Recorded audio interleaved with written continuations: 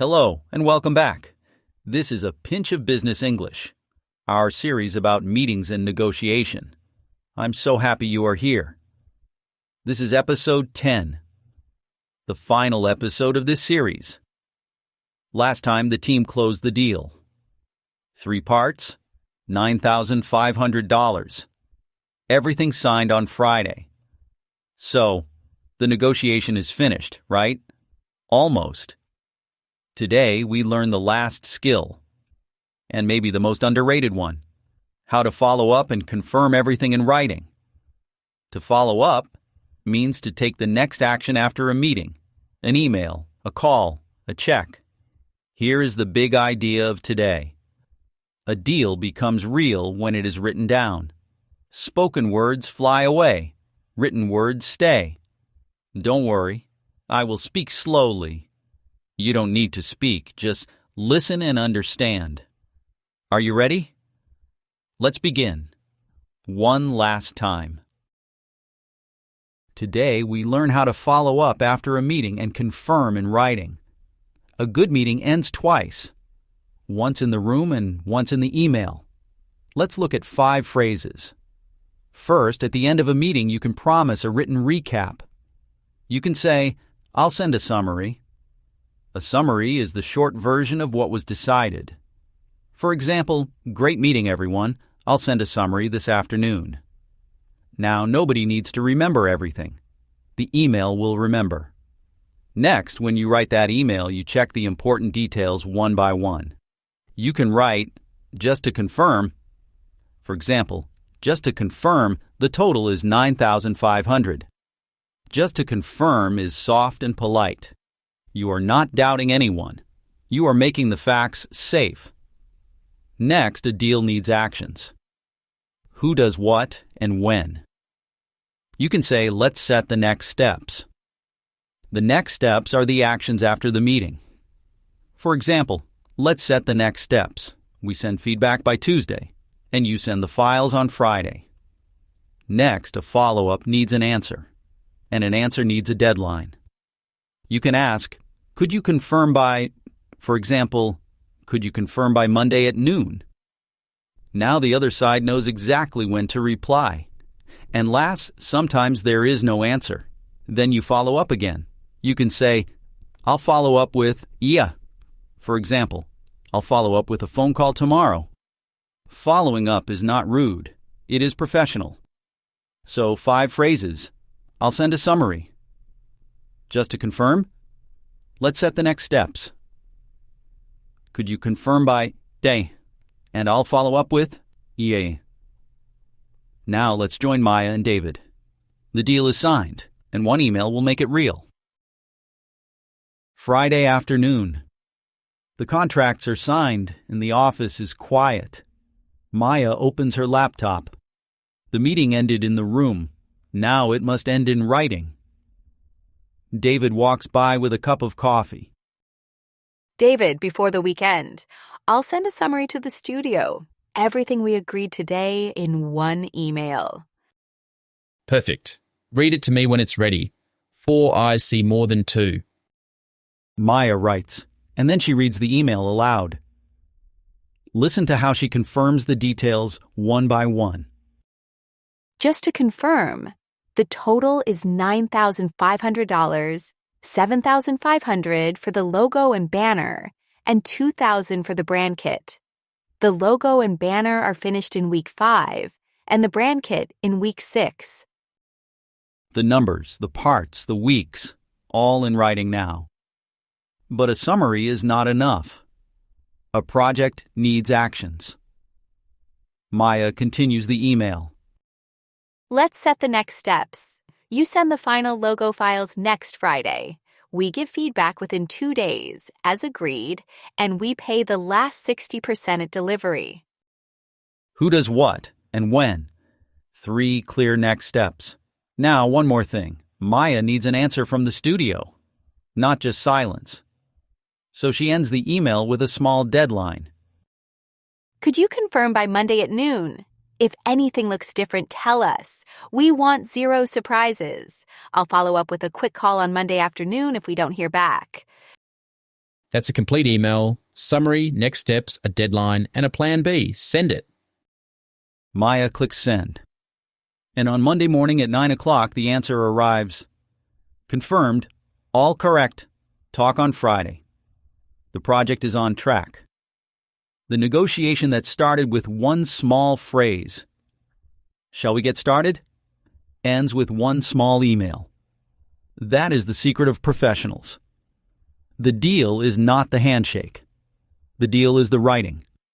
Now let's check the story together, one last time. I will ask some questions. You can answer in your head, in the quiet time. Ready? After the signing, Maya sends a summary email to the studio. Does Maya send a summary email? Does she send it before the weekend or does she wait a month? What does Maya send to the studio? She sends a summary email, everything they agreed, in one email before the weekend. She said, "I'll send a summary." The email confirms the details.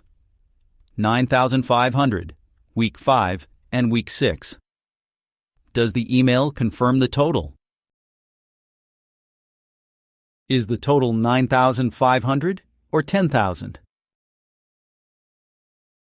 What details does the email confirm?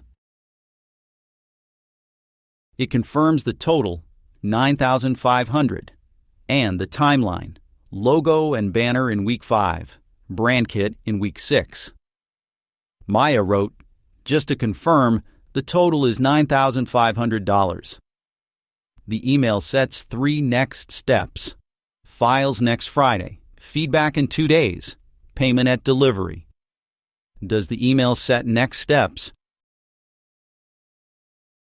Does the studio send the files next Friday or next year? What are the 3 next steps? The studio sends the final files next Friday. The team gives feedback within 2 days, and the last 60% is paid at delivery. Maya wrote, "Let's set the next steps." Maya asks the studio to confirm by Monday at noon.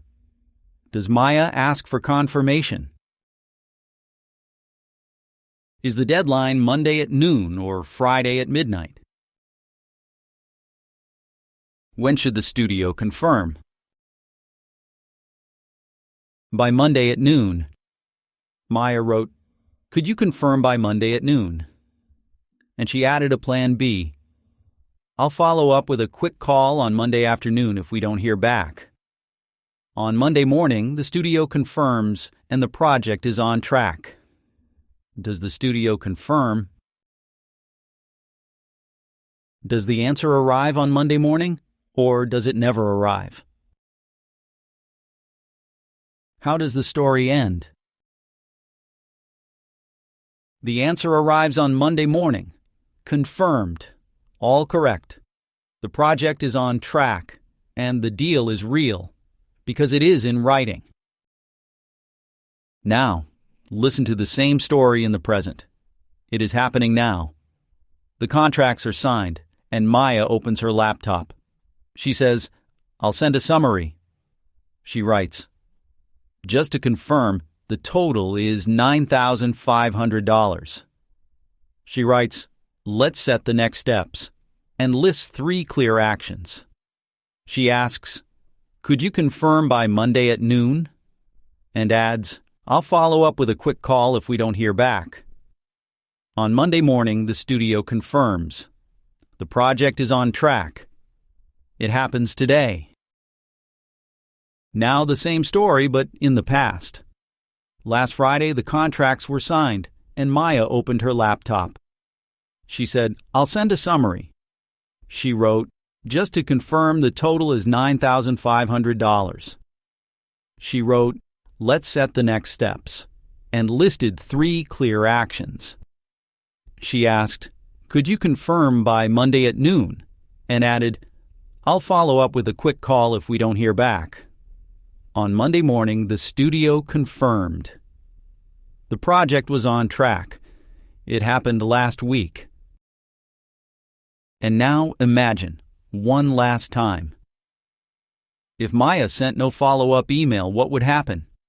Everyone would remember the deal a little differently. The studio would work from memory and small differences would grow into big surprises. But Maya would write it down.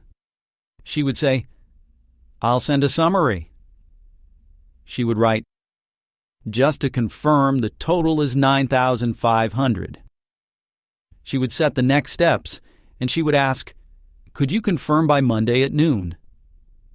If something stayed silent, she would follow up with a call. If every deal ended with an email like this, every project would start on track. Number 1, I'll send a summary. A promise to put the meeting's decisions into one written recap. For example, "Great meeting, everyone. I'll send a summary this afternoon."